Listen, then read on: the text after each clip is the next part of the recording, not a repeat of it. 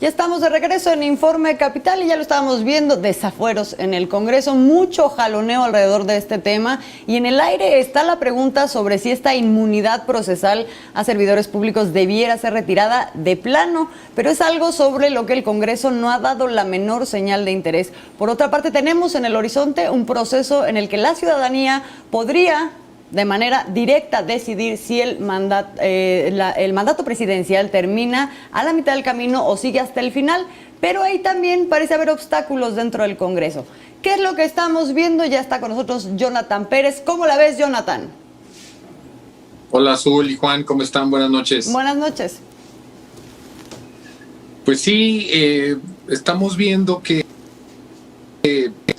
se cita a un periodo para ver lo de los desafueros, pero no se le da ni siquiera la oportunidad de discutirse la revocación de mandato, que recordemos que es una promesa de campaña del presidente Andrés Manuel López Obrador de que a mitad de su mandato que la ciudadanía tendría la posibilidad de decidir sobre si se continuaba la transformación o ya no quería que continuara él como presidente de la República. Entonces es una promesa de campaña que los diputados no están queriendo discutir. Recordemos que hace falta una ley reglamentaria, una ley secundaria que es importante para poder tener todos los, pues el tema de una forma muy bien afinada, porque no puede ser este tema un tema tampoco al vapor. En eso coincide, me parece, tanto los diputados y senadores de Morena como la oposición.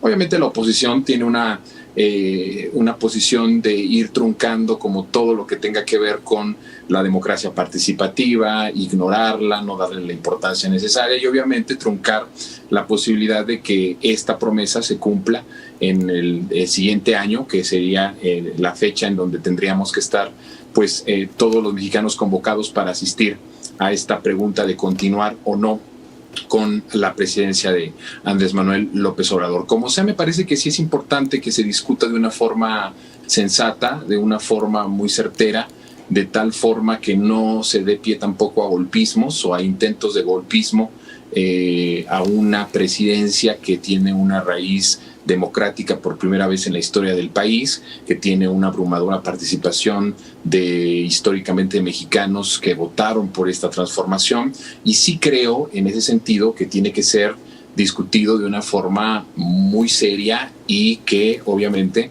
no se vayan por ahí a alguna vía que se pueda ser ocupada por la propia derecha o por la oposición para truncar la transformación y el sexenio del presidente Andrés Manuel, ¿no?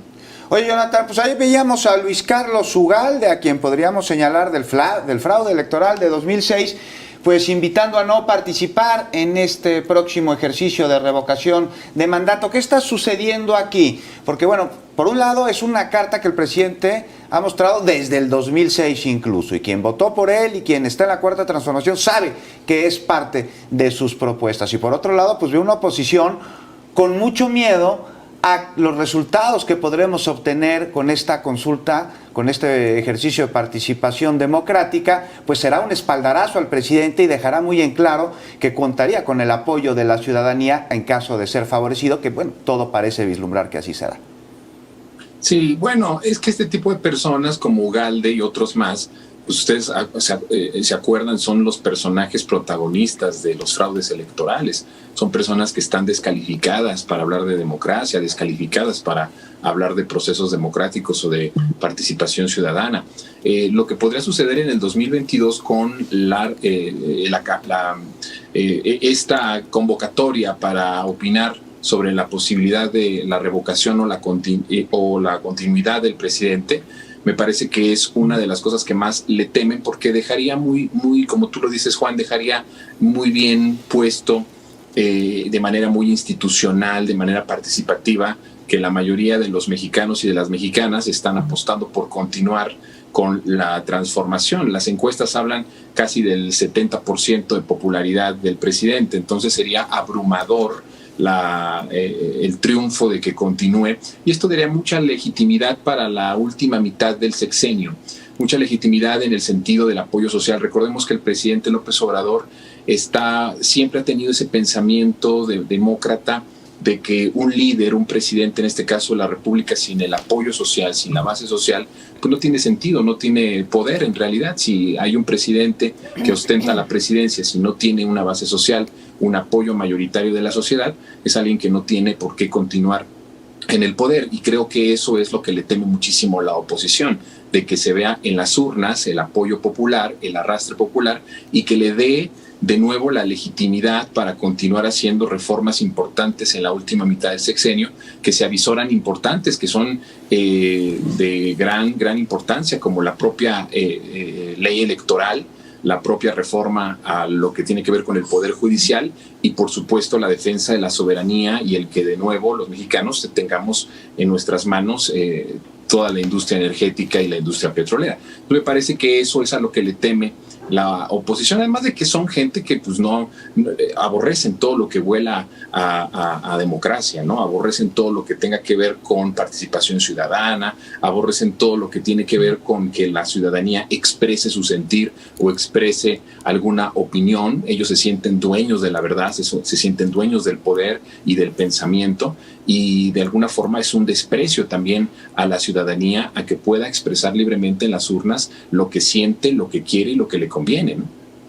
Bueno, pues veremos cómo evoluciona esto. Hay que decir también que la crítica del presidente no es únicamente a la oposición en estos temas. No. Con respecto al desafuero, no todo el mundo dentro del Congreso, incluso de Morena, aprobó que se extendiera a otros que no fueran el presidente. En fin. Ya les jalaron las orejas, sí, y ya hubo respuesta hay un por parte del grupo parlamentario en el Senado y por parte de la dirigencia del partido. En fin, seguiremos platicando de estos temas seguramente. Jonathan, por lo pronto te mandamos un abrazo. Muchas gracias.